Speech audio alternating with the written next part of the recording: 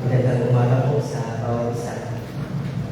Sa bisita ito natin, welcome po sa gawain ng Panginoon. Nung nakarang linggo po, nasaksihan po natin yung na-witness po natin yung baptism ni Ate Stella at yung pagbabalik loob ni Ate Yuri, yung restoration process ni Ate Yuri. Tayo nagpapasalamat sa Panginoon sa kanyang patuloy na pagtugon sa ating panalangin, especially sa pagkilos niya sa puso ng mga tao na kanyang iniligtas, na kanyang papanumbalikin dito po sa ating iglesia.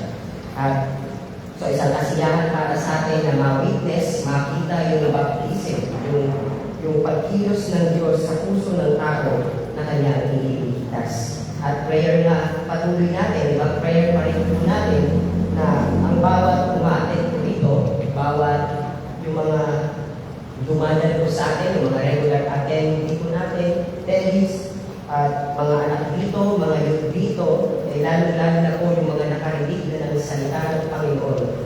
Sana sa biyaya ng Panginoon, makilala niyo ang Panginoon Jesus bilang inyong tagapagligtas. At yan po ang focus ng ating pag-aaral sa umagang ito, yung conversion ni Timoteo. At para sa ating pong meditation ngayong umaga, gusto natin i-consider po ang title po natin, yung privilege at yung profit ng pagkakaunawa ng salita ng Diyos at ang early stage habang bata ka na makikita natin sa buhay ni Timoteo, ni Timothy. Basahin po natin 2 Timothy chapter 3 verse 10 to ang focus po ng ating pag-aaral, 2 Timothy chapter 3 verse 14 to 15, pero basahin po natin mula verse 10. 2 Timothy chapter 3 verse 10 to 15. Ganito po ang sinabi ng salita ng Panginoon. Ngayon, Timoteo, sinunod mong mabuti ang aking aral, pamumuhay, layunin, pananampalataya, pagtitiyaga, pag-ibig at pagtitiis, mga pag-uusig, mga pagdurusa, anumang bagay ang nangyari sa akin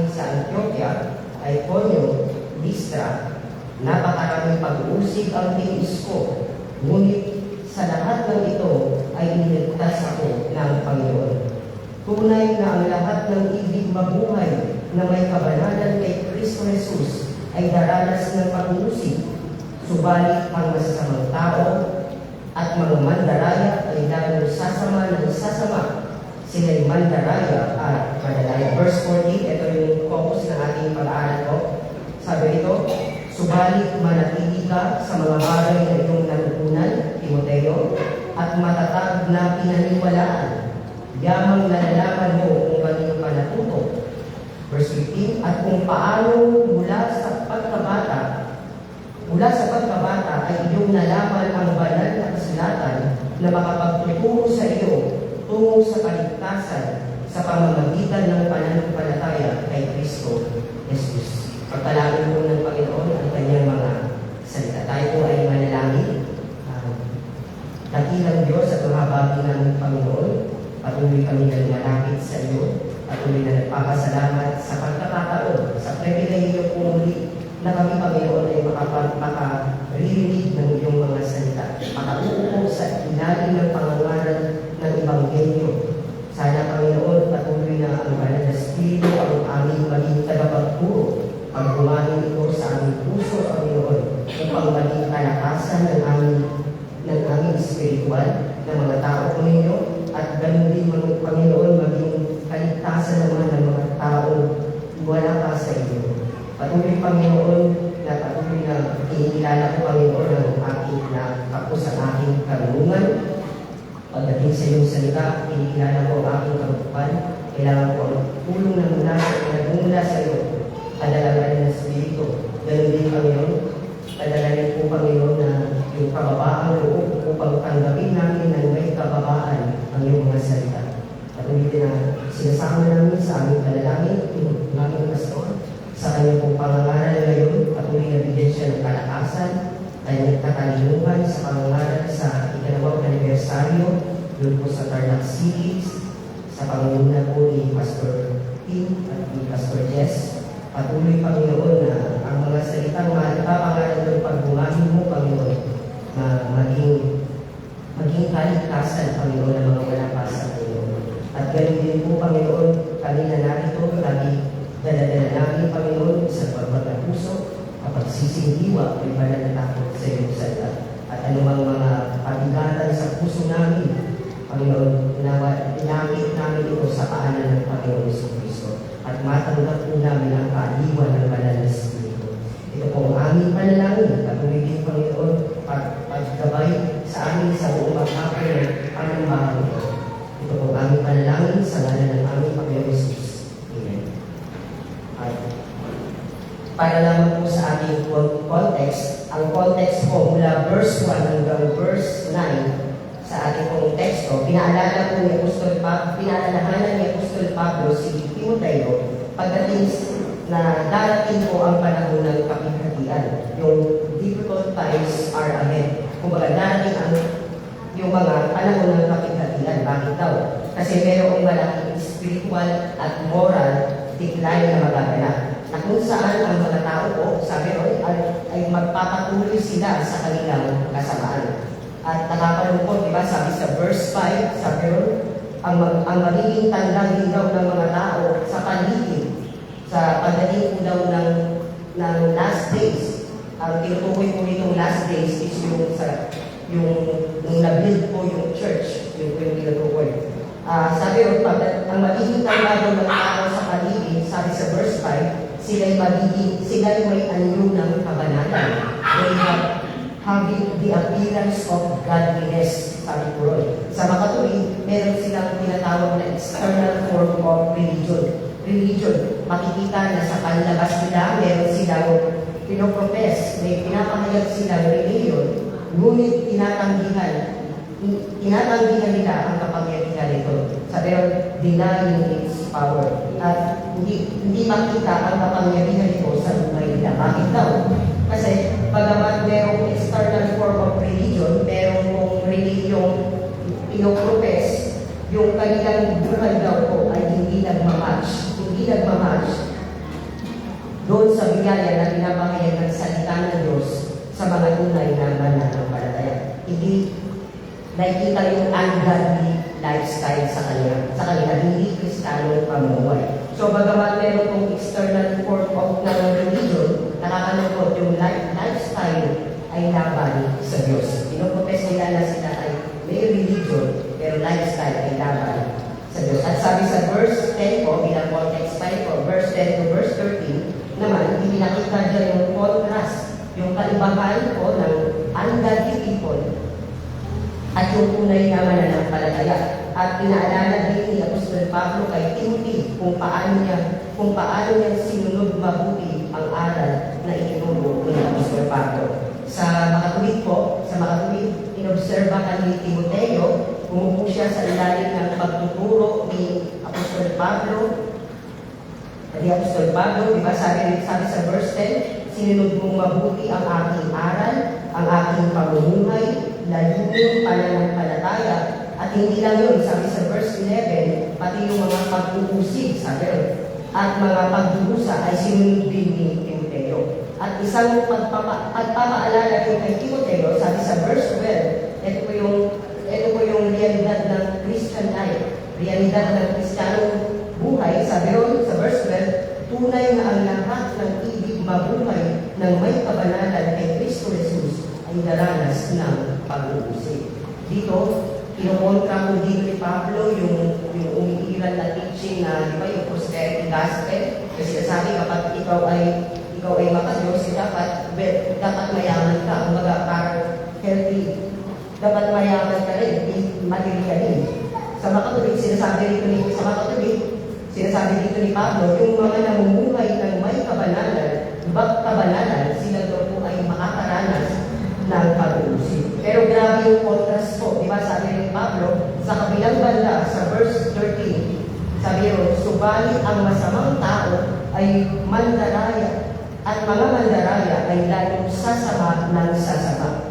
They will proceed from bad to worse. Lalong sasama ng sasama. Kailan po yun? In the last days, sinasabi ni Pablo. Sila'y mandaraya at madadaya, sabi ni Apostol Pablo. Ngayon, ang tanong, anong dapat na maging tugon? Anong dapat ba na maging tugon ni Timoteo sa ganitong klaseng panahon na kanyang haharapin? At dito nga, sabi sa verse 14 hanggang verse 17, inutusan ni Apostol Pablo si Timoteo that, sabi ron, he remained faithful in the face of persecution and deception. Dapat manatili siyang matapat sa pagdating at manatili siyang matapat. At paano ba mananatiling matapat si Timoteo? Sabi ron, si Timoteo at mga mananampalataya sa gitna ng kasamaan na umiiran sa panahon na ito. Sabi ron, paano ba siya magpapanatiling matapat? At ang sagot mula sa verse 14 hanggang verse 17, kung nasusundan niyo pa po, Timothy is to stand in the solid rock of God's Word. At ang main point po ng verse 14 to 17, sabi ron, dapat ang maging tugon ng mga lingkod ng Panginoon, tsaka yung mga mananampalataya sa gitna ng kasamaan na umiilan sa atin. Ang main point po, sabi ron, the necessity of abiding in God's inspired word in order to remain faithful in this present age. Sabi ron, ang kahalagahan ng pagpapanatili sa salita ng Diyos upang manatili tapat sa kasalukuyang panahon. Diba? At sa makatuwid, kung tayo daw po ay haharap dito sa napakasamang mundo, yung tinatawag po na marked by sin. Diba? By the way po sa atin ngayon, diba yung mga tao, nakakalungkot po ang ating mga kababayan, sila po ay talagang, sabi nga po, idol crucified. Nakakalungkot, sila pinoprosesyon po nila, yung mga idolatry, na nakakalungkot. Pero sabi ni Pablo, paano na tayo makarap sa masamang mundo ito? Ano magiging tugon natin? Ano bang tugon natin dito? Sabi yun, is to abide in Scriptures. Kailangan natin na tayo ay manatili sa salita ng Diyos. Di ba? Kailangan nating manatili sa salita ng Diyos kasi ang nakakalungkot na kalagayan, ang mga tao walang salita ng Diyos, kaya magulo ang kanilang pamumuhay. Magulo, hindi nila alam. And while the Apostle Paul was emphasizing yung essentiality ng scriptures, yung kahalagahan mo ng scriptures to remain as faithful, dito hinaylight ni Paul yung privilege ni Timoteo mula pagkabata, at yun po yung focus natin. Hinaylight po ni Pablo yung privilege ni Timoteo mula ng pagkabata niya at yung profit, yung pakinabang ng banal na kasulatan. Yan po yung title ng message po natin. The privilege and the profit of knowing scriptures. Ang pribilehiyo at pakinabang ng pagkakaalam ng salita ng Diyos sa murang edad at an early age. At kung meron tayong mission, silat ko naman po, message natin, knowing and being taught of God's Word at an early age can lead to salvation by the grace of God. Diba? Ang pagkakaalam at pagkatuto ng salita ng Diyos sa murang edad ay maaaring humantong sa kaligtasan sa biyaya ng Panginoon. Dalawang bagay po ang titignan natin. Una, yung pribilehiyo ni Timoteo. Pangalawa po yung profit ng pagkakaalam ng scriptures. So, unahin po muna natin yung privilege of knowing God's Word. Sabi ni Apostle Paul, ang susi daw para ang mga mananampalataya daw po ay manatiling matapat sa gitna ng kasamaan sa gitna ng kasamaan na umiiral, sabi yun, ay manatili nito, ang pananatili nito sa salita ng Diyos, to abide in Scripture. Sabi sa verse 14, di ba, nagbigay si Apostle Paul doon ng dalawang motivation. Sabi sa verse 14, manatili ka sa mga bagay na iyong natutunan. Sabi sa last week, continue in the things that you have learned. Yan po yung instruction ni Apostle Paul kay Timothy. Para gawin yun, para sundin yung instruction to abide in Scriptures. Yung unang motivation ko na ibinigay sa kanya, unang motivation ko, bakit dapat sundin ni Timoteo na manatili siya sa salita ng Panginoon. Sabi, yung unang motivation na binigay ni Pablo sa kanya, number one po, is knowledge of his Scriptures. Diba sabi ron, yung yamang nalalaman mo, sa verse 14, yamang nalalaman mo kung kanino ka natuto. Si Timoteo daw po, si Timoteo daw, dapat daw siyang magpatuloy dun sa kanyang mga natutunan, yung mga salita ng Panginoon, dahil unang-una po, kilala niya yung mga taong nagturo sa kanya. Diba? Isang privilege po na natanggap ni Timoteo, isang privilege. Ang natanggap ni Timoteo bilang isang mananampalataya, number one, siya ay naturuan ng mga tapat at may takot sa Diyos na mga mananampalataya. Privilege po ito, mga kapatid. Number one, he was taught by faithful and godly believers. Si Timoteo po yun. Yan ang isang malaking pagpapala na meron si Timoteo. Basahin ko namin yung 2 Timothy chapter 1 verse 5.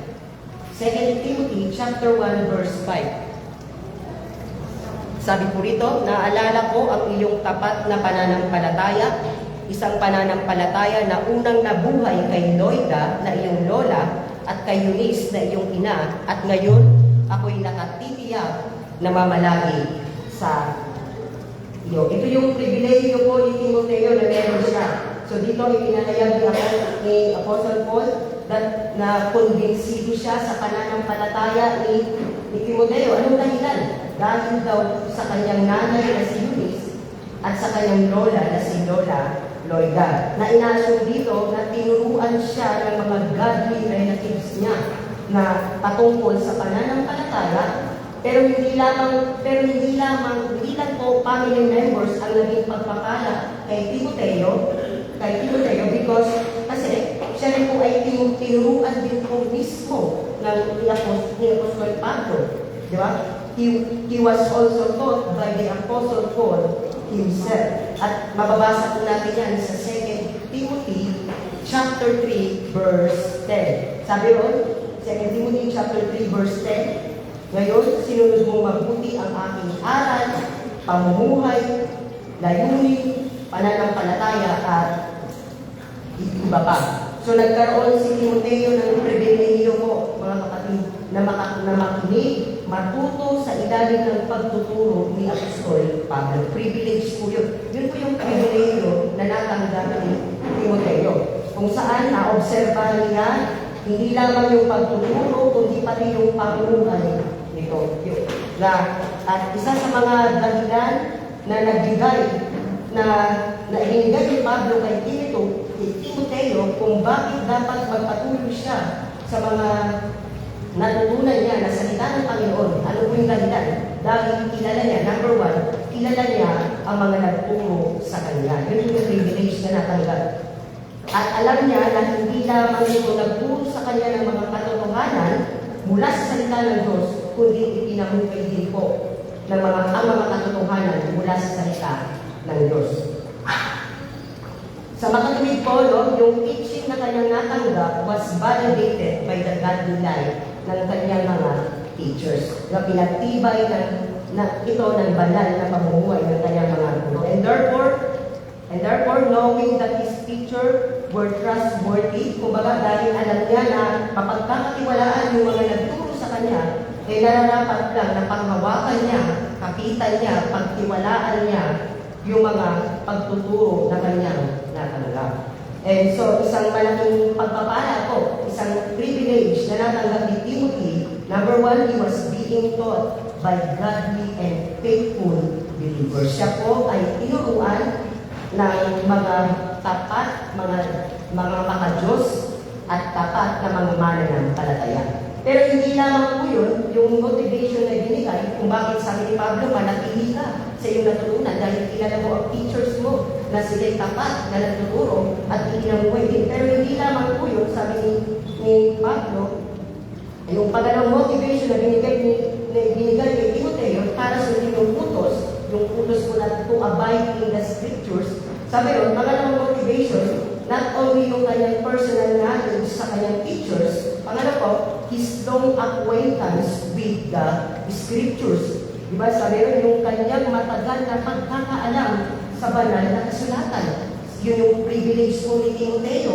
Sabi sa verse 15, gaano ba katagal na kaalam ni Timoteo yung scriptures? Gaano ba katagal yung nalaman niya yung scriptures? Sabi sa verse 15, kung paano mula sa pagkabata ay yung nalaman ang banal na kasulatan.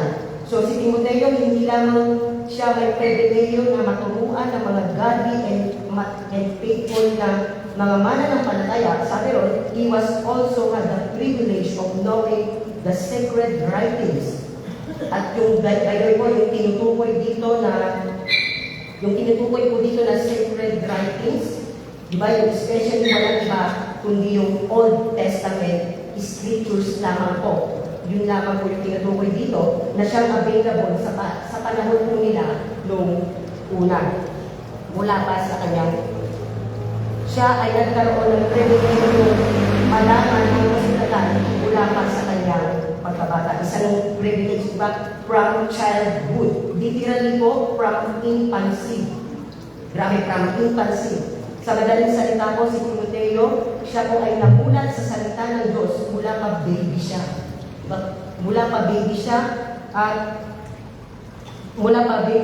At siya ay naturuan ng mga banal na kasulatan sa sandaling siya ay may kakayahan ng makaunawa. Grabe po, di ba? And therefore, he had been exposed to God's word for a very long time. And we would assume, pwede natin i-assume po, mga kapatid, kagaya po siguro marami ng ginagawa ng mga magulang dito na habang nasa loob pa ng tiyan yung kanyang anak, di ba? Maray, kinakausap niya na, binabasahan niya na ng Word of God, pinaparinig niya na. Maraming ganun din po kay Timoteo. Grabe po yung privilege ni Timoteo. And so, for Timothy, it was a great privilege. Napakalaking privilege for him to know the scriptures at a very young age. At sinasabi natin, great privilege ito. Bakit po great privilege ito, mga kapatid? Kasi number one, not everyone that have privilege had that privilege. Hindi po lahat ng tao ay may ganong pribileyo na makarinig at maturuan ng salita ng Diyos. Diba, maraming lugar sa atin, maraming mga tao na wala pang, di ba, testimony, hindi na nila alam ang salita ng Diyos. Di ba? Maraming hindi pa nakarinig ng salita ng Diyos. And therefore, it was a great privilege for Timothy to know Scriptures mula pa bata siya. Kaya, mula pa bata siya.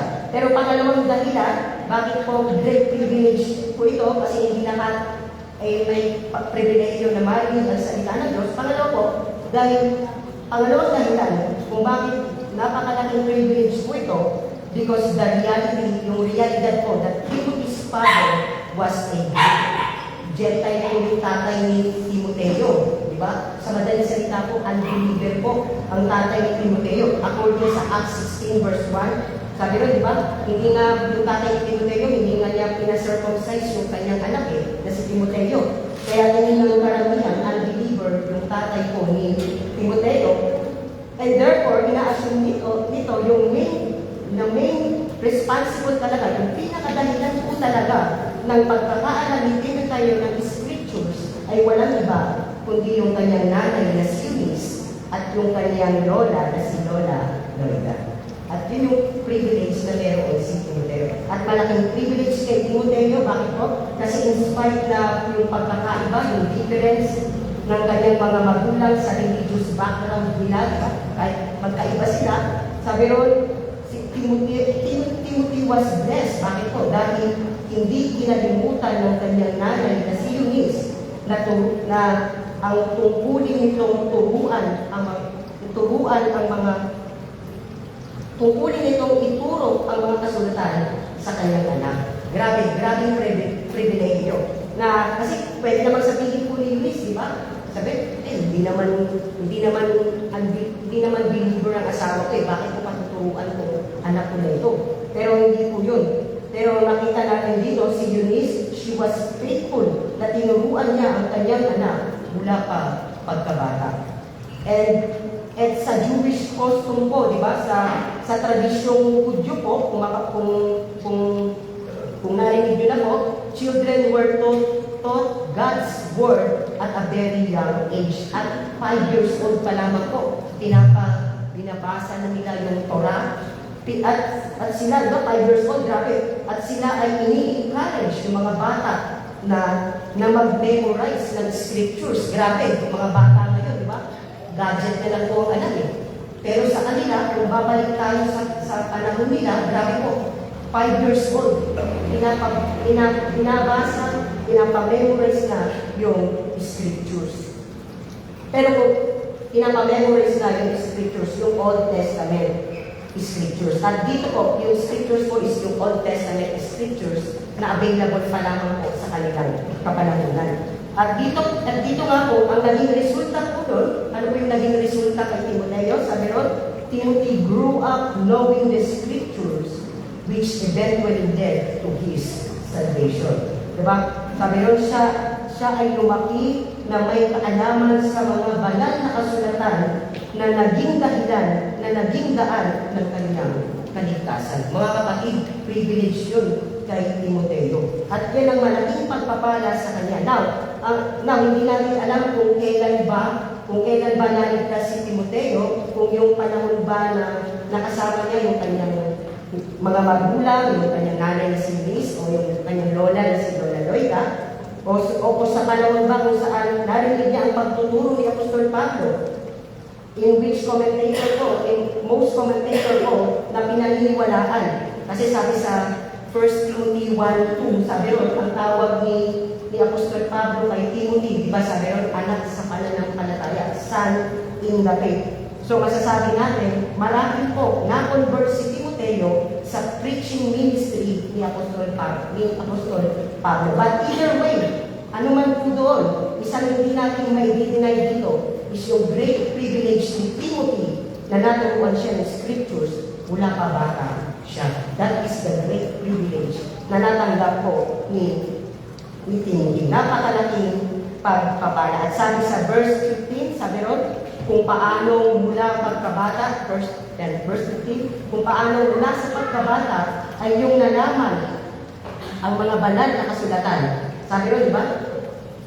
Mga banal na kasulatan. Sabi, ang sinasabi ni Pablo is kapitan mo, Timoteo, ang hawakan mo ang mga itinuro sa iyo. So, ang punto lamang po natin, mga kapatid, ang punto natin sa unang bahagi ng sermon, ano ba yung mga privilege na natanggap ni Timothy? Number 1 po, he had a godly and faithful teachers na hindi lamang itinuro ang salita ng Panginoon, ito yung pinamuhay din po. Nang sa gayon, ang mensahe na itinuturo was validated by the godly life. Yun po yung unang privilege niya. Pangalawa, privilege of being exposed of the Word of God at a very young age. Pribilehiyong mamulat sa salita ng Diyos habang bata pa. Yun po yung dalawang privilege ni Timoteo. So, ano pong hamon para sa atin, mga kapatid? Ano po bang hamon nito sa atin?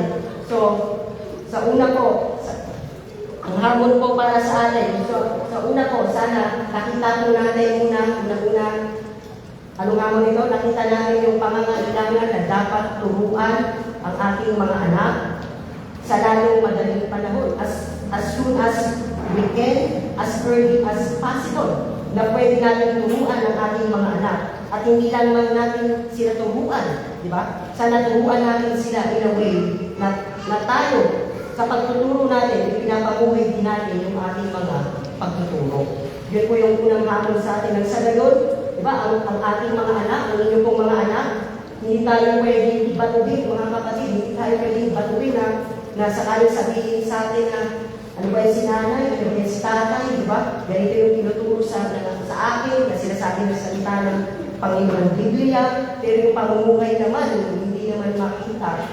Pero siyempre, mga kapatid, wala naman pong perfecto sa atin. Pero sana po, we strive to teach our children as early as we can at ipanalangin natin sa biyaya ng Panginoon, ipanalangin na may pamuhay natin yung ating mga itinuturo. Yun po yung unang hamon para sa atin. Pangalawang hamon po naman po, mga kapatid, pangalawang hamon para sa atin, ipanalangin po natin, let us pray the children's ministry sa ating church. Diba? Hindi ba tayo nagpapasalamat na dito po sa ating iglesia, meron tayong Sunday school for children, na kung saan ang ating mga anak, ang inyong mga anak, ay maaaring maturuan ng salita ng Diyos. Diba? Kasi sa ibang church, wala po ganyan. At isang pagpapala na meron tayong Sunday school class, meron din tayong Bible study, di ba, sa mga young people natin, sa mga young adult natin. So ipag-pray po natin itong mga ministry na ito. Pag-pray natin yung mga teachers na gagamitin na dito sa ministry na ito, na bigyan sila ng karunungan ng Diyos, kung paano ituro ang salita ng Panginoon sa isang simpleng paraan po na ma-absorb ng ating mga anak, ng inyong mga anak, at ipag-pray natin na maging seed po ito. Sana ipag-pray natin na pagbungati ito ng Panginoon na siyang gagamitin para sa kaligtasan ng mga anak po dito. Yun po yung pangalawang hamon po sa atin. At sana hindi lamang dito sa mga children's ministry natin dinadala ang ating mga anak, diba? Hindi lamang sa mga children's ministry, sa Sunday school, sana po mga kapatid, dalhin din natin ang ating mga anak dun sa lugar kung saan maaari silang matuto ng salita ng Panginoon. Dalhin natin sila kung saan maaari silang matuto ng salita ng Panginoon. Kaya nga dito sa atin po, di ba, sinasama po natin ang inyong mga anak, sinasama natin ang mga anak dito. Bakit? Sinasama natin ang mga bata sa pagsamba. Bakit po? Di ba? Hindi sila, baka sabihin natin, hindi naman, parang halitan lang naman sila. Hindi po. Sinasama natin sila, sinasabi natin na nanggugulo, nag-iingay lamang sila. Tayo po dito, sinasama po natin sila sa ating pagsamba para ma-expose agad sila sa salita ng Panginoon. At yun po yung hamon para pangalawang hamon. At tandaan po natin, mga kapatid, bakit dapat natin isama ang ating mga anak dito? Tandaan po natin, isang pribilehiyo para sa kanila na matutunan ang banal na kasulatan. Privilege po para sa mga bata kasi hindi lahat ng bata ay nakakarinig o natuturuan ng salita ng Panginoon. Kaya dalhin po natin dito. Then pangalawa, magandang paggulayan din po natin yung example na ni Timoteo. Diba? Yung sabi ron, yung halimbawa ni Timoteo ay nagbigay sa atin ng dahilan upang umasa na ang gano'ng mga instruction ko, yung mga pagtuturo, ay hindi malilimutan ng ating mga anak. Kumbaga, that such instruction will not be forgotten by our children. Hindi yun malilimutan. Kumbaga, magbibigay ito ng great impact sa mga bata, sa mga anak po natin dito.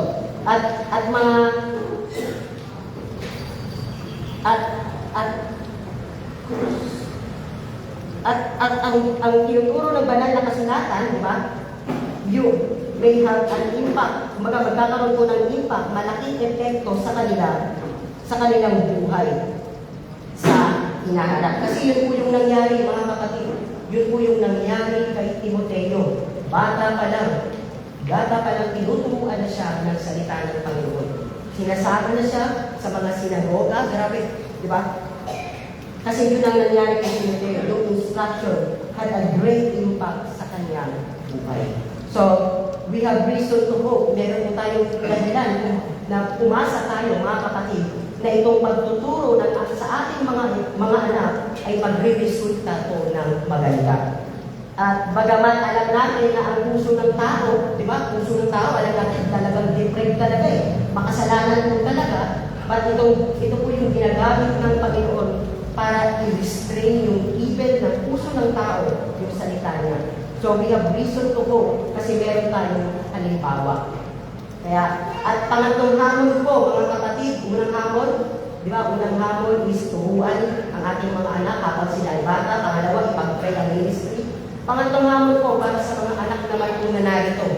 Pangatlo, para sa mga anak na narito, sa mga bata na narito, sa mga youth na narito, sa mga adult, mga youth, young adult na narito. Ang hamon po sa inyo, sa mga bata, sa mga young people, sana, pang-una, sana maging thankful kayo, maging mapagpasalamat kayo.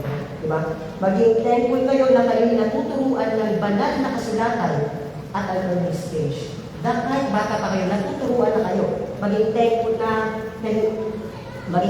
kayo na kayo natuturuan ng banal na kasulatan habang kayo ay bata pa. Kasi hindi po lahat ng tao ay may ganyang privilege. Na maging thankful kayo, na hindi kayo magalit sa mga magulang nyo, hindi kayo magtampo sa mga bata ko dito, hindi kayo magtampo sa mga magulang nyo na sabihin nyo, ano ba ito si nanay, si tatay, lagi na lang ako dinadala dito every Sunday. Hindi ba pwedeng sa beach naman kami, di ba? Di ba katulad ng mga classmate ko na na-enjoy nila? Sa halip, sa mga anak dito, mga bata dito, sa halip na magreklamo kayo, be thankful that you have parents, na meron kayong magulang. You have relatives who love you so much na gustong ituro sa inyo ang salita ng Diyos. Kaya maging mapagpasalamat kayo. Be thankful. Maging mapagpasalamat kayo. At ang tanging layunin lang naman po namin, at ang tanging layunin lang naman ng mga magulang. Diba, sabi ron, mahal namin kayo at nais namin na malaman niyo ang salita ng Diyos na tumuturo sa kaligtasan. Sana maging thankful po kayo. So sana maging thankful kayo na kayo'y napapaupo sa ilalim ng pangangaral ng salita ng Diyos at an early stage. At an early age. And be thankful that you have teachers. May mga nagtsatsagang magturo sa mga bata rito. Diba? Talagang nagpupuya na magturo para lang maunawaan nyo ang salita ng Panginoon. Kaya ipag-pray din po natin yung mga teachers dito. Sa mga anak dito, ito po yung pag-isipan natin. Pag-isipan natin na instead na magtampo tayo sa mga magulang natin, yung atmosphere, yung kung nasaan na kayo na, kung saan lugar na nasaan kayo ngayon. Diba? Ito po ay privilege. Privilege. It is a great privilege na hindi na i-enjoy ng lahat ng kabataan. So yan po yung unang bahagi ng ating sermon. Yun po yung unang bahagi ng ating sermon. Ang mga pribilehiyo ni Timoteo sa kanyang buhay. Ngayon, punta po tayo sa ating ikalawang bahagi ng ating sermon, yung pakinabang of knowing God's Word. Sabi sa verse 15, dito ipinakita ni Apostol Pablo yung napakalaking pakinabang ng Old Testament Scriptures na kung saan sabi ron na na-expose si Timoteo. Na sinasabi ni Apostol Paul na ang banal na kasulatan sabi ron ito'y nakapagtuturo sa iyo tungo sa kaligtasan. Sa NASB po, sabi ron, able to give you wisdom that leads to salvation. Nagkakaroon ng kapangyarihan able to give you wisdom that leads to salvation. Yung word po na able dito, sabi dito, ang ibig sabihin lamang po nun, have power by virtue of inherent ability. Nagkakaroon ng kapangyarihan sa bisa ng likas na kakayahan, inherent ability. Sa katuwid po, mga kapatid, yung Old Testament Scriptures, it has an inherent ability. May kakayahan po ito to give wisdom. May kakayahan itong magbigay ng karunungan. That is to make one wise. Magbigay ng karunungan tungo sa kaligtasan. By the way po, at yung tukoy dito, Old Testament lamang po. Old Testament Scriptures.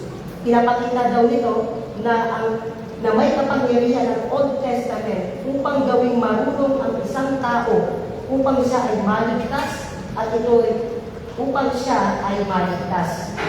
At ito yung napakalaking pakinabang po ng Scriptures, Old Testament Scriptures. It is profitable for salvation.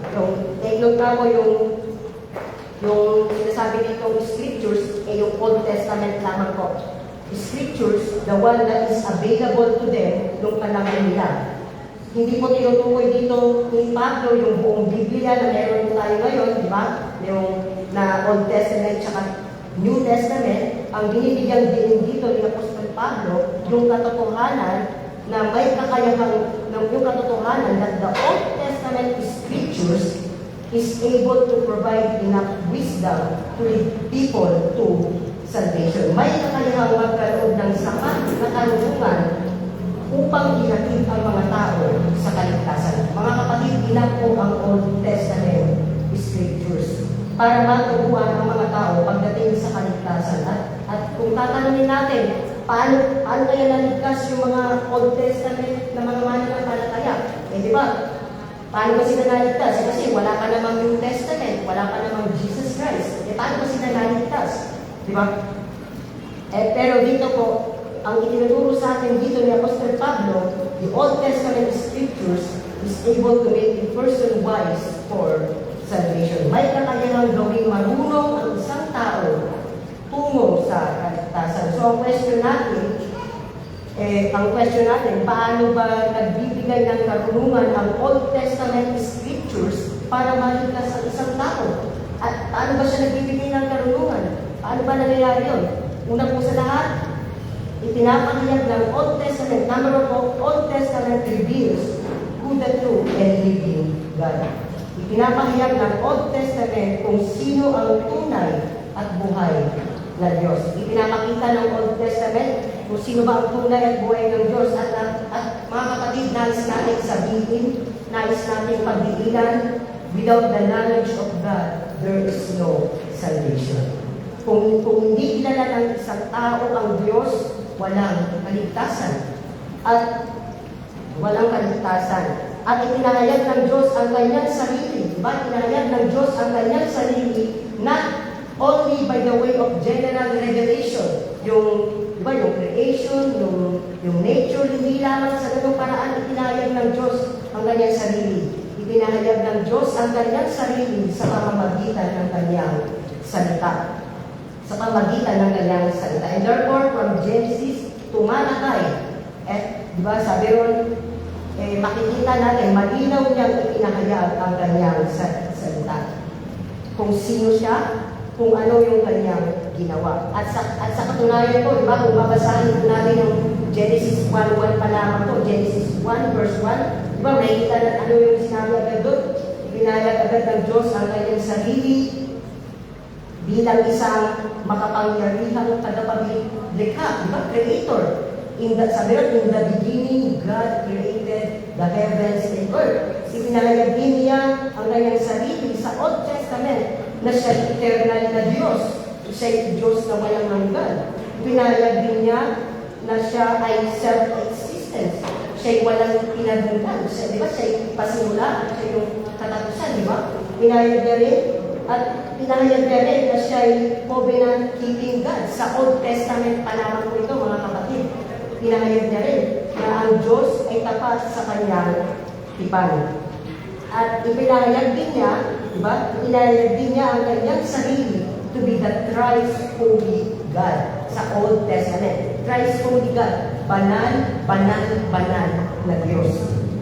Banal at banal na Diyos. At ang dami pang mga bagay patungkol sa Diyos ang naipakilala sa Old Testament. And therefore, ang unang ipinakita ng Old Testament sa mga readers nito ay kung sino ang tunay at buhay na Diyos. Yun po yung unang itinahayag ng Old Testament. Kaya nga ang Old Testament, maaari itong magbigay ng karunungan, ng wisdom sa isang tao kasi ipinahayag dito yung bagay patungkol sa tunay at buhay ng Diyos. Pero hindi lamang po yun sa Old Testament yung nilibig.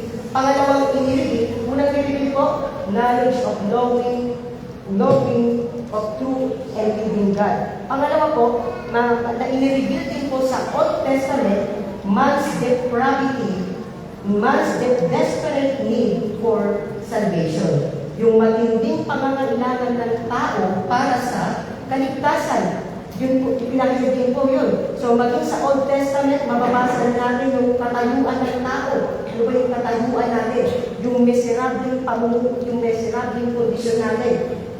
Nasa pamamagitan ng kautusan, hindi lamang natin nakita yung perfectong katwiran ng Diyos. Diba? Nakita din natin sa pamamagitan ng kasulatan, kautusan, yung natural depravity ng tao, yung likas na kasamaan natin. Pinakita rin po ito sa Old Testament na tayo yung mga makasalanan. At sa Old Testament, diba, He gives us a clear picture of our nature bilang tao after nung mahulog sa kasalanan, yung una natin mga magulang, diba? Sa Old Testament. So, ibig sabihin po, yung Old Testament, enough po yun, sapat yun, para bigyan ng tao, para ipakita sa atin, sa isang tao, para malaman niya kung ano ba yung kanyang miserable kalagayan sa harapan ng Diyos. Sapat po ang Old Testament. Bilang tao na nahulog sa kasalanan. At kung titignan po natin, di ba, nabasa natin sa Genesis, kung titignan natin yung matinding sakdal, yung indictment ng Diyos, naalala ko sa Romans 3:10 po pala, sa Romans 3:10, yung sakdal ng Diyos, yung paratang ng Diyos laban sa tao, di ba? Mabasa natin doon sa Romans 3:10, sabi doon, wala ni isang nakakaunawa, wala ni isang humanap sa Diyos. At sabi doon sa verse 11, at meron doon mahabang listahan ng paratang ng Diyos laban sa atin po na mga makasalanan, sa ating kalagayan. Yun po yung kalagayan natin sa Romans 3:10 to 18. Lahat po yun ay kinuha, pero nakita po natin yun, Romans 3:10 to 18, nakita po natin, lahat po yun ay kinuha, quoted in the Old Testament. So, in the Old Testament, yung kasamaan, quoted in the Old Testament, karamihan po sa Psalms, mababasa po natin yan.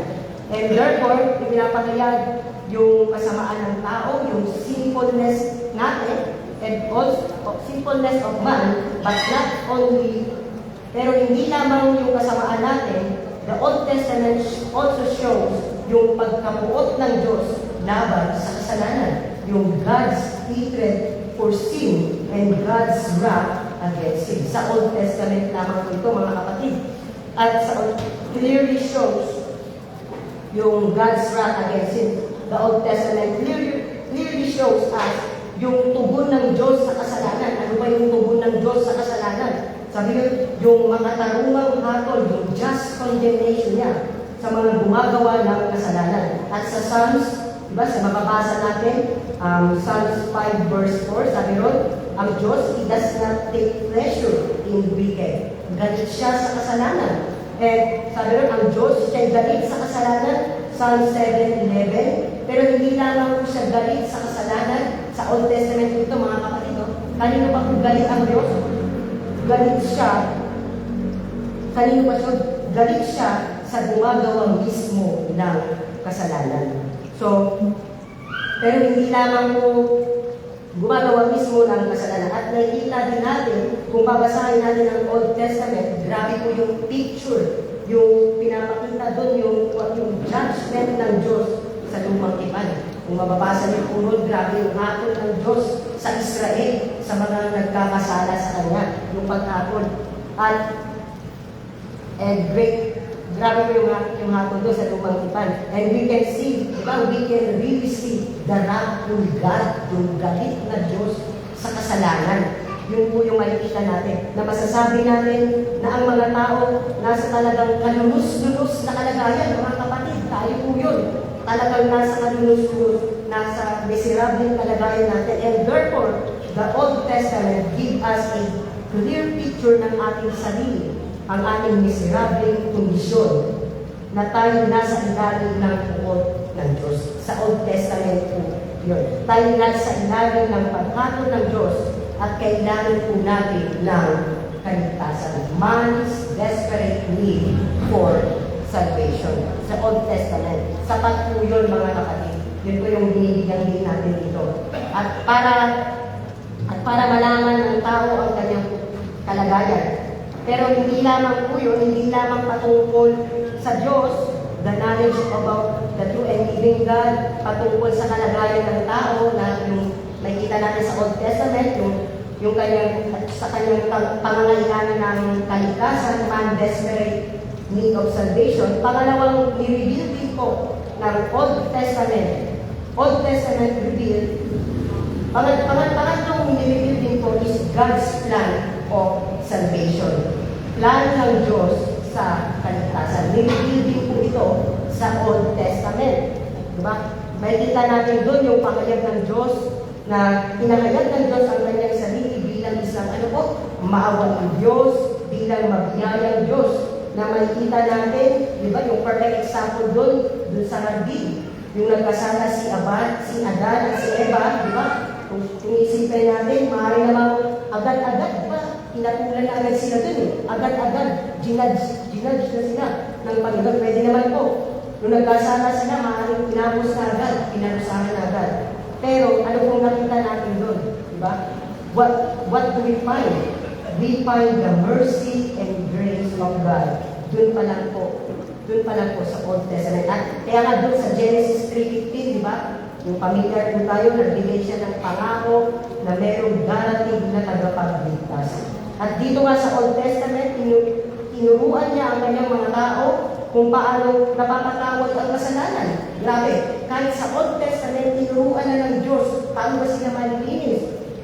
Kung paano ba sila malilinis ang isang tao mula sa kanyang kasalanan. He gave them law, bigay yung kautusan, diba? Mga rituals, at mga pictures para maiintindihan nila kung paano ba sila magiging tama sa harapan ng Diyos. And all the sacrifices po sa lumang tipan, yung mga paghahandog nila, grabe, di ba? Grabe yung paghahandog, yung mga inaari nila, na kanilang ginawa in Old Testament, alam natin, di ba? That is pointed to the ultimate, to the perfect and complete sacrifice of the coming Savior. Lahat yun ay nakaturo sa darating na tagapagligtas, ang ating Panginoon Jesus. So, the Old Testament abounds, saganang-sagana po siya pagdating sa detalye kung sino ba ang Messiah. Sa Old Testament din po yun. Pinahayag din po yun. Kung ano ba yung kanyang gagawin. And therefore po mga kapatid, sino man po ang magbabasa ng Old Testament should not make a mistake kung sino ba itong tagapagligtas na ito. And also, mamamangha din tayo kasi pati yung means po, yung pamamaraan ng kaligtasan, ipinahayag din po sa Old Testament. Grabe, pati yung pamamaraan po ng kaligtasan, ipinahayag din po doon. Nasa Old Testament, hindi po ang kaligtasan nakabase sa pagsunod sa kautusan. Diba? Sa Old Testament teaches how one can obtain salvation, na paano makakamit ang kaligtasan. Paano po yun? Sa pamamagitan ng pananampalataya. And makikita natin dyan yung experience ni Abraham. Diba? Sa Genesis 15 verse 6, sabi ron, sumampalataya si Abraham at ito'y ibinilang na katwiran sa kanya. At sa Habakkuk chapter 2 verse 4, sabi ron, kung saan sabi ron, the righteous shall live by his faith. Ang matuwid ay mabubuhay sa kanyang pananampalataya. And also, pinakita din sa atin sa Old Testament na ang kaligtasan, ito'y sa pamamagitan ng pananampalataya, mga kapatid. And therefore, the Old Testament ay may kakayahang magbigay ng karunungan na tumutungo sa kaligtasan. Ang Old Testament is able to give wisdom that leads to salvation. At dahil ang nilalaman nito ay sapat na upang malaman ng isang tao kung paano siya maligtas mula sa matuwid na paghatol ng Diyos. Sapat po ang Old Testament. At now, gusto din natin yung sabihin, yung intellectual na pagkaunawa ng katotohanan sa kasulatan, yung intellectual and apprehension. Yung alam mo lang, gusto natin din dito, mga kapatid, gusto natin sabihin, ay hindi automatic po nakakilatan ng kaligtasan. Na alam mo lang, hindi po yan automatic na kaligtasan. Wala pong magic ang scriptures, mga kapatid, na naggagaranti ng personal salvation sa mga nagbabasa lamang po ito. Wala po yun. And this is true. Ito po ay totoo sa mga Hudyo. Diba? Mabasa natin, John 5 verse 39. Diba? Basahin po natin, John 5 verse 39. Ito po yung sinabi ng Panginoon sa mga Hudyo. John 5 verse 39, sabi ron, sinasaliksik ninyo ang mga kasulatan sapagkat iniisip ninyo na ang mga iyon ay sa mga iyon ay mayroon kayong buhay na walang hanggan. At iyon, sabi ng Panginoon, at iyon ang nagpapatotoo tungkol sa akin. So dito sinasabi ng Panginoon Jesus, mga kapatid, sa mga Hudyo na kanyang kausap, na binabasa nyo, sinasaliksik nyo, yung lumang tipan na alam nyo, doon matatagpuan ng buhay na walang hanggan. At ang mga Hudyo po, by the way po, diba? Ang mga Hudyo, familiar sila sa Old Testament scriptures. At yung mga religious leaders nila, diba? Yung mga Pharisee, grabe, pagdating sa Old Testament, napaka-expert pagdating po sa Old Testament scriptures. Pero mapapansin po natin, ligtas ba sila? Mapapansin po natin, ligtas ba sila? Hindi po sila ligtas. Bakit po? Sabi sa verse 39, sinasaliksik ninyo ang mga kasulatan sapagkat iniisip ninyo na sa mga iyon ay mayroon kayong buhay na walang hanggan. Sabi ng Panginoon Jesus, iyon ang nagpapatotoo tungkol sa akin. At ang sagot ng Panginoon sa verse 40, kung bakit hindi sila ligtas, sabi sa verse 40, subalit ayaw ninyong lumapit sa akin, sa Panginoon Jesus, upang kayo'y magkaroon ng buhay na walang hanggan. So dito po, nakikita natin, upang kayo magkaroon ng buhay na walang hanggan. Sa madaling salita po, ang mga Hudyo, they are unwilling. Yung mga Hudyo were unwilling to put their trust in Christ in spite of their knowledge sa kabila ng kanilang karunungan sa Old Testament scriptures. Pero ayaw nilang lumapit sa Panginoon. Bagamat eksperto sila sa nilalaman ng Old Testament patungkol sa tagapagligtas, yung mga rituals na ginagawa nila, diba, grabe po yun. yung pangako ng Diyos, kabisado nila, sa kabila ng knowledge na ito, they were unwilling to put their faith in the Lord Jesus Christ. At pinapakilala ng Panginoon na siya ang Mesiyas. Pinapakilala na siya ang Mesiyas. Then, pinahayag ng Panginoon yung kanyang pagiging tagapagligtas sa kanila sa pamagitan ng mga pagtuturo, sa pamagitan ng kanyang mga gawa. Yun yung ginawa ng Panginoon doon, na siya mismo, sinabi niya, di ba?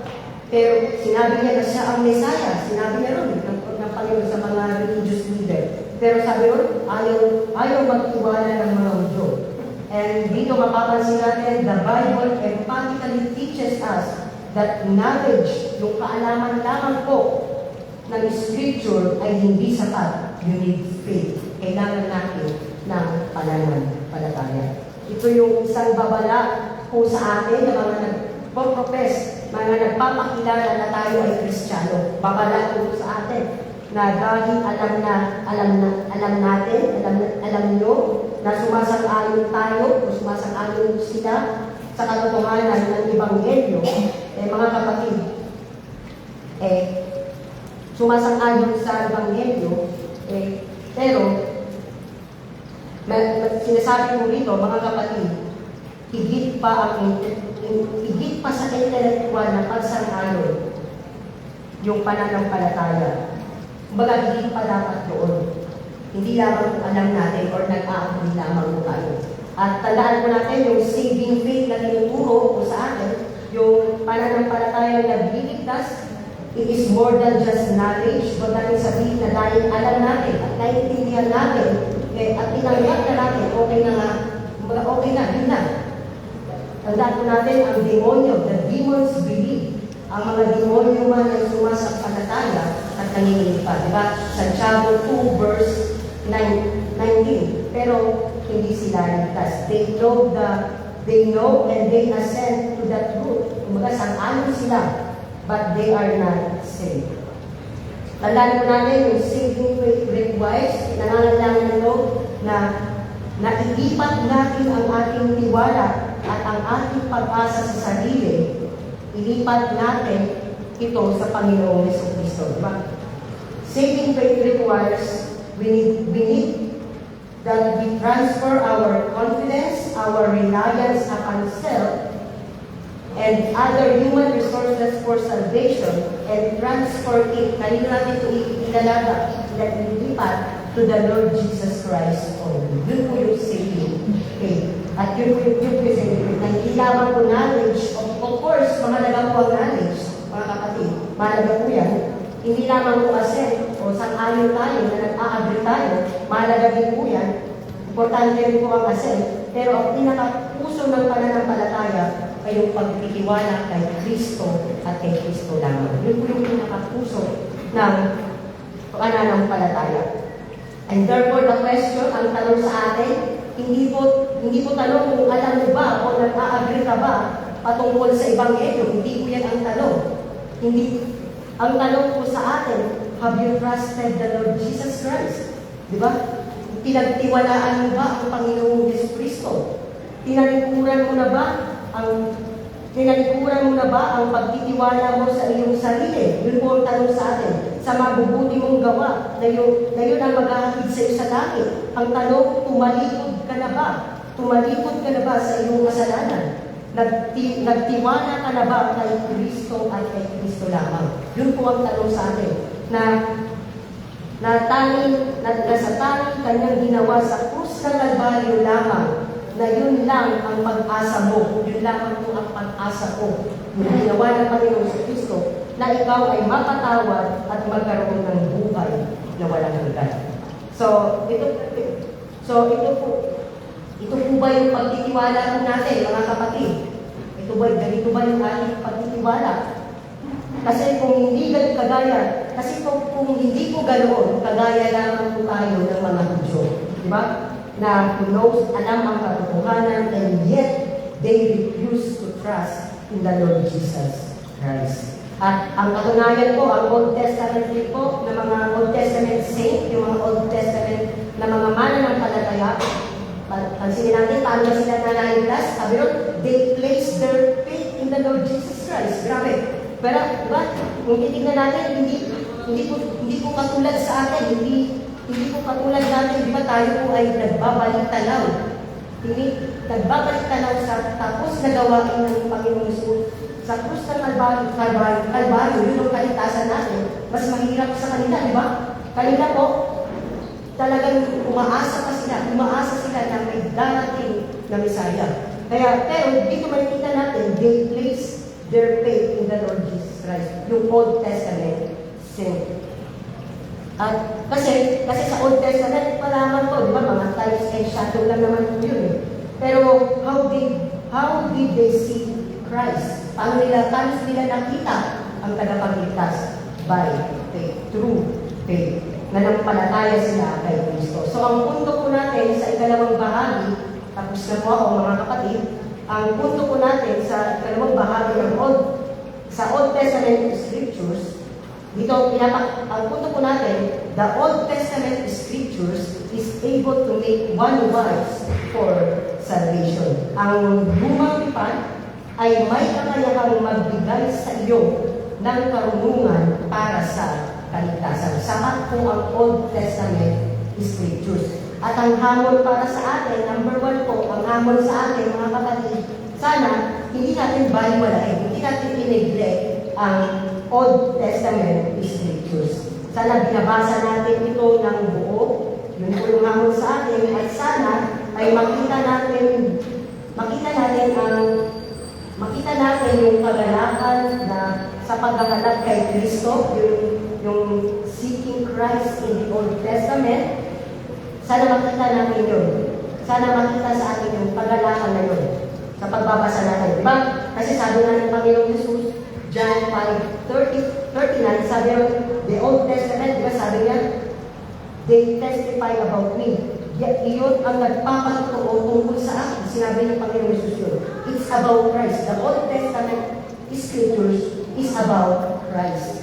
Kaya sana hindi natin i-neglect, hindi natin ito baliwalain ang Old Testament Scriptures. Sa conclusion po natin, mga kapatid, sa ating pong pag-aaral, nakita natin that knowing and being taught of the Bible, of God's Word, at a young age, at a very young age, is a great privilege. Isang malaking privilege po na maturuan at malaman ng mga bata ang salita ng Diyos. And nakita rin natin, and that the Bible, the Old Testament Scriptures, is able to give wisdom that leads to salvation. May kakayahang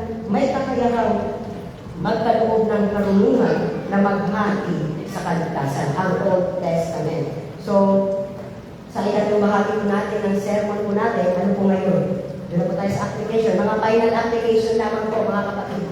Para po sa atin, una po, para sa ating mga minamahal na wala pa sa Panginoong Hesus. Diba, gaya na nakita natin dito, salvation is by grace, through faith, and in the Lord Jesus Christ alone. Yun po yung nakita natin. Ang kaligtasan ay sa pamamagitan ng biyaya, sa pamamagitan ng pananampalataya, sa Panginoong Jesucristo lamang. Sana hindi lang tayo merong knowledge, mga kapatid, mga kaibigan natin dito. Hindi lamang tayo, alam ko na yan, na meron na tayong knowledge, na sa pag-upunyo dito, sa nalaman nyo na ang Panginoong Hesus, ang tagapagligtas, sana hindi lamang kung may nakaupo na nag-a-agree kayo. Oo, nag-a-agree ako na sa katotohanan nyo na nag-a-agree kayo na makasalanan kayo at nag-a-agree kayo na ang Panginoong Hesus lang ang tagapagligtas. Sana hindi matapos doon. Sana hindi matapos doon. Sana mayroong pagtitiwala na makita sa inyo. Pagtitiwala ng inyong sarili na hindi ka tumitingin sa inyong sarili kabutihan. Diba? Na hindi ka tumitingin kung kaninuman. Sana yun po ang makita sa inyo. Tumingin ka kay Kristo at kay Kristo lamang. Sa mga kaibigan natin, bilang iyong tagapagligtas. Sana po yun po ang gawin ninyo sa umagang ito. Manalangin po kayo. Tumawag kayo kay Kristo bilang inyong tagapagligtas. Tayo po ay manalangin. Minsan pa, Panginoon, kami po ay nagpapasalamat muli sa mga natutunan po namin, sa mga salita ng Panginoon na namin pangaral. Patuloy na dalangin po namin na pagpalain ito sa aming puso. Magawa namin sa tulong ng biyaya ng mga hamon para sa amin bilang mga magulang, dahil namin ang aming mga anak dito, maging dito sa pangangaral, dito kung saan nagpapangaral ang Ebanghelyo, dahil yun ay pribileyo para sa kanila at maaaring tumungo ng kanilang kaligtasan.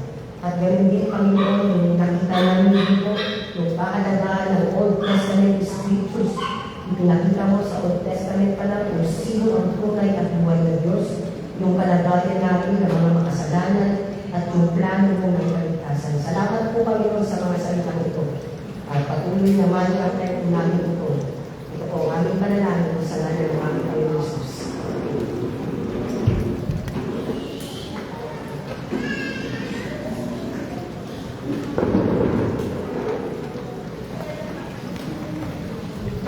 Sa ating pong oras na nagawin, ang iyong lagi, bilang magtagos sa mensahe natin ng Pilihan Hymn number 94, 8 times na magtiwala. Tumuloy po tayo.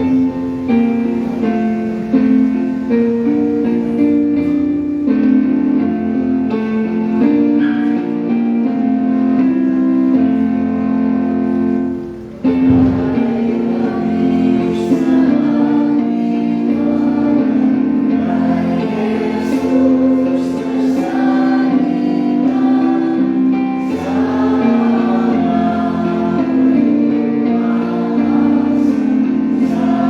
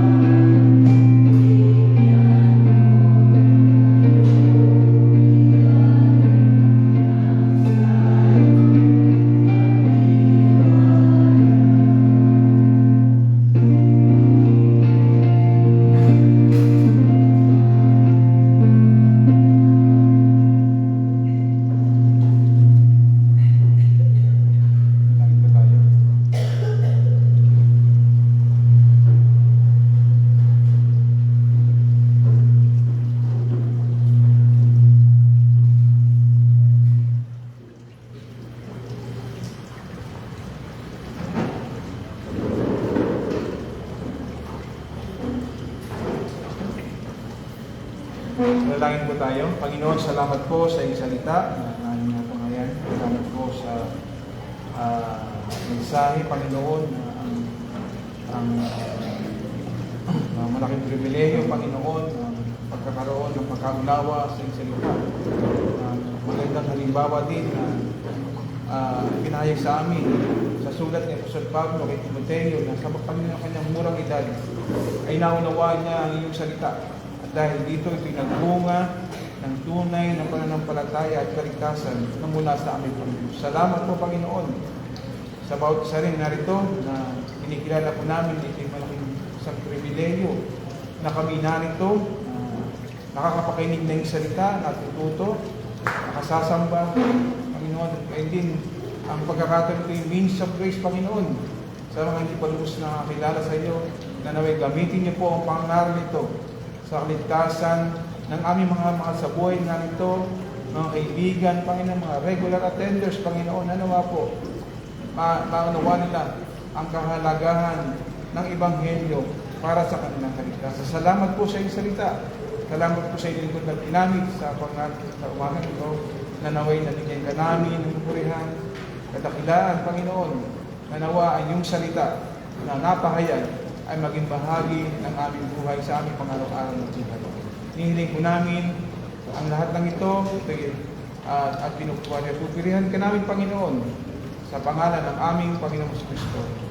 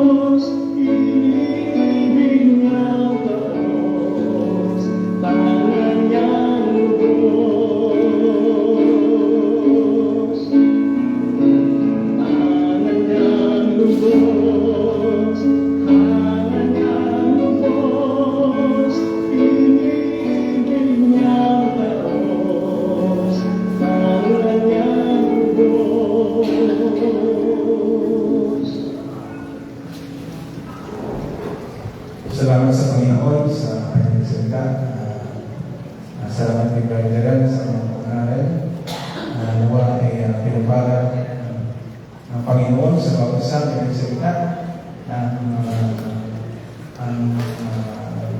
malaking pribilegyo na tayo makinig ng salita, lalo po sa mga loved ones, sa mga sa buhay, yung pribilegyo, hindi lahat na makinig. At hindi nga sa Old Testament na sinabi ni Valderan na yung mga tao sa lumang tipan ay makasarap na sila sa alino na darating. Pero tayo, natapos na, binabalikan na natin yung kamatayan ng ating Panginoon sa 2,000 taon na nakaraan. Kaya, salamat sa Panginoon, sa mga nakadalo, mga kainig, nawa nga ay sa biyaya ng Panginoon, yung mga ng salita. Salamat din sa Panginoon na nag-exist sa atin ng miyembro kay Ate Stella na welcome sa Lumbang Reformed Baptist Church. Kasama si Ate Stella. Sister B, salamat sa Panginoon muli na nakakasama natin sa ating pagkabahan. Sa mga nag-iwan ng kaarawan, pero wala to po, may birthday po ngayon ay si ngayon po ang birthday ni Deacon Ronnie. Ang birthday po Deacon Ronnie, salamat sa buhay at pinagawa siya ng Panginoon na mapagpalay ng Panginoon. Hindi ko na patuloy na matakasan sa paglikod at hindi sila din namin na napagpaling niya ang inyong paglaman.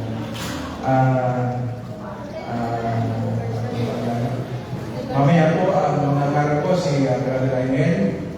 Pagkatapos po ng ating pagkain, meron tayo sa Cristo sa pamunuling Brother Raimel. Salamat sa Panginoon, isa mag-ingat po nila doktora sa kanyang biyahe, galing Japan, hindi natin sa iyo. Manalangin po tayo, naganda na po yung merienda.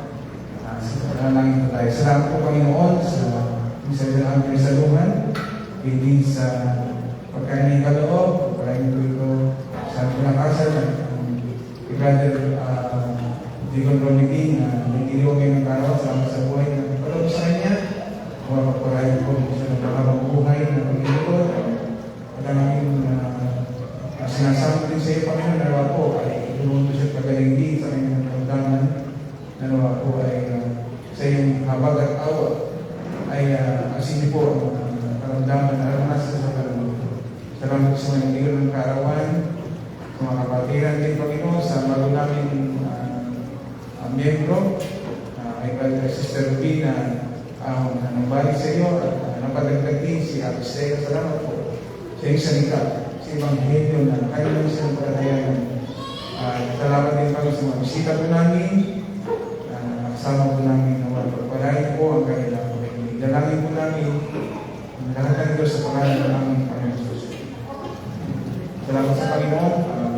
Thank you for the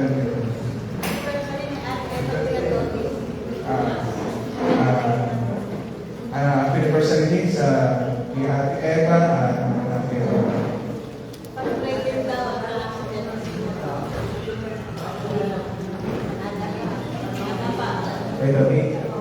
Sa criminal din po, si Beto din po ay na-aksidente, nadapa.